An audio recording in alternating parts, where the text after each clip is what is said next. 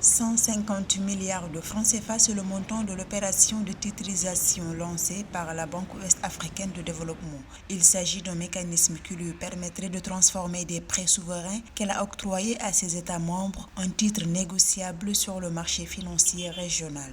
La levée de fonds qui a débuté le lundi 20 mars va se poursuivre jusqu'au 3 avril 2023. L'opération de titrisation que lancent très souvent les banques est une opération qui consiste à vendre des obligations au nom d'un État qui veut faire un emprunt colossal. Quand on sait que les banques très souvent ne disposent pas de suffisamment d'épargne ou de réserve, cette opération qui se passe sur le marché financier n'est rien d'autre qu'un appel de fonds garanti par la banque pour le compte d'un État, c'est-à-dire que donc cet argent sera investi pour l'État central, mais aussi pour les démembrements de cet État-là. À travers cette titrisation, la BOAD pourra lever des ressources supplémentaires sans recourir à l'endettement. L'opération devrait permettre à l'institution de financer en partie son programme stratégique d'investissement qui s'étend de 2021 à 2025.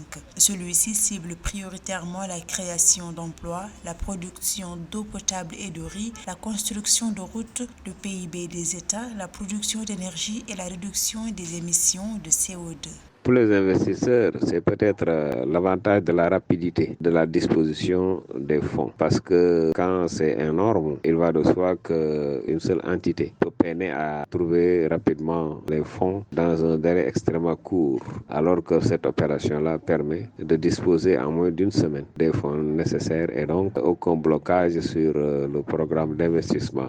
Au reste, 554 milliards de francs CFA, c'est l'enveloppe nécessaire pour renforcer le capital de la BOAD dans le cadre de son opération de mobilisation d'un financement total de 5 milliards d'euros sur la période 2021-2025 pour dérouler sa feuille de route.